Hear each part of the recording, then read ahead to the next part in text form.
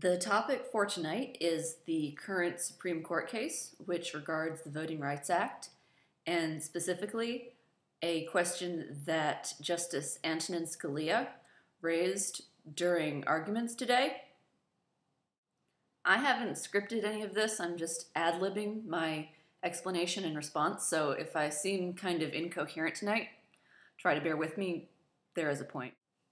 The issue that Mr. Scalia raised about the Voting Rights Act is apparently that the Senate voted unanimously in 2006 to reauthorize it.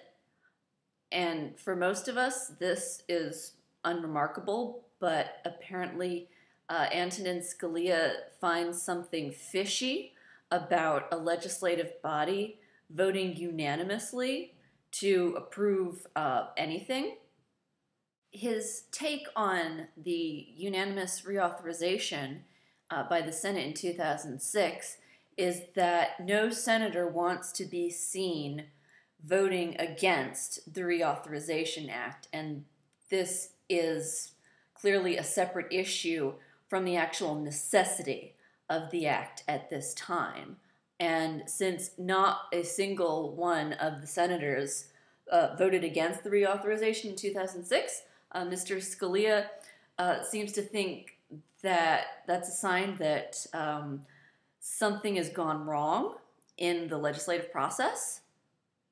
Actually, I kind of see where he's going with the general observation that Congress acts on different incentives from the Supreme Court, such as it's true that senators and representatives need to worry about getting reelected, and so they vote with what they think their constituents want them to do, rather than what they genuinely think is right, theoretically. And with that in mind, it does make sense that all the senators would think that voting against the reauthorization of voting rights would make them appear racist. Yes, it would appear racist. And that appearing racist would hurt their chances at re-election. Yes, it probably would. I honestly don't see how this is a problem. One might argue that it's a sign of progress that the U.S. Senate universally assumes that their constituents do not want them to vote in obviously racist ways. But where Mr. Scalia really goes off the rails is where he makes the distinction between the actual necessity of the Voting Rights Act and what he calls, I'm really not joking, the perpetuation of racial entitlement. These are his exact words.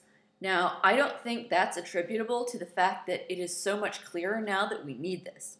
I think it is attributable, very likely attributable, to a phenomenon that is called perpetuation of racial entitlement. It's been written about. Whenever a society adopts racial entitlements, it is very difficult to get out of them through the normal political processes. I guess I should pause here and note that this case is not the first time that Mr. Scalia has expressed reservations about the Voting Rights Act and how the Senate unanimously approved it. In 2009, the New York Times found him saying that, let me see, the Israeli Supreme Court, the Sanhedrin, used to have a rule that if the death penalty was pronounced unanimously, it was invalid because there must be something wrong there. So there are two issues here. One is that his opposition, his uneasiness about legislative unanimity relates to how an ancient Israeli court handled death penalty cases.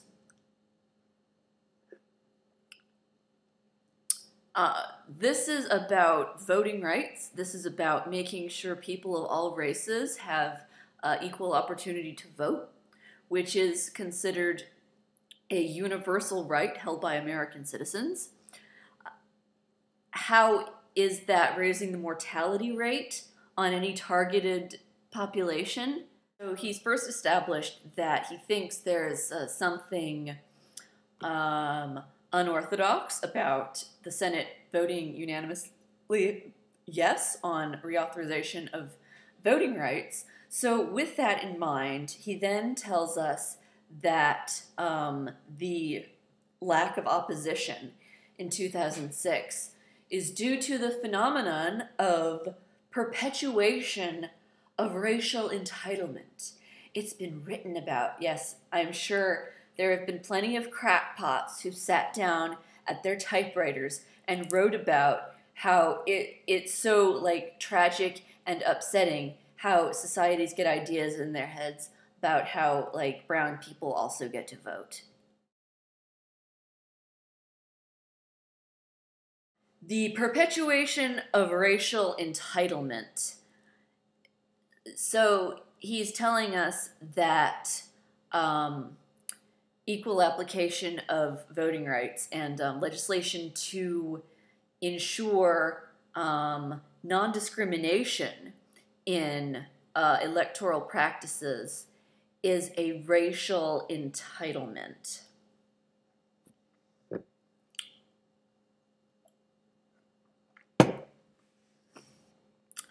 I guess this is another case where ensuring equal rights means that somebody is getting special rights.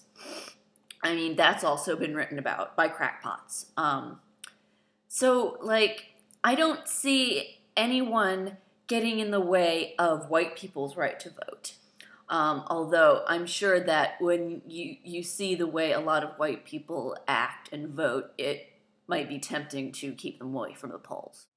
However, there have been, over the past century and a half, many concerted and complex efforts to encourage, maybe even coerce, African Americans and other minorities to stay away from the polling places at elections.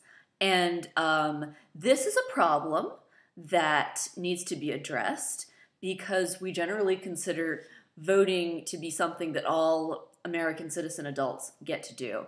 And so if certain jurisdictions are messing with the right to vote in some racial populations, but not others, such as the white majority, that is a problem. And, you know, we really need to acknowledge that the problem is happening and do something about it.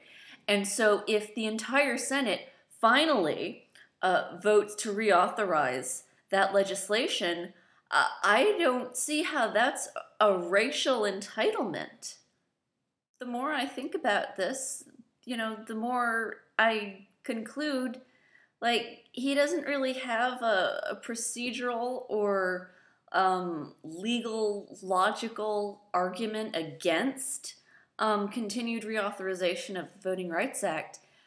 He just thinks it's kind of unfortunate that there's like a concerted legislative effort at the federal level to make sure that people of all races have equal chances to vote in their elections. I mean, it's really not a racial entitlement when the legislation is aimed at making sure that all races are playing on a level field. So I guess the last thing is Antonin Scalia, you are up to your eyeballs full of shit.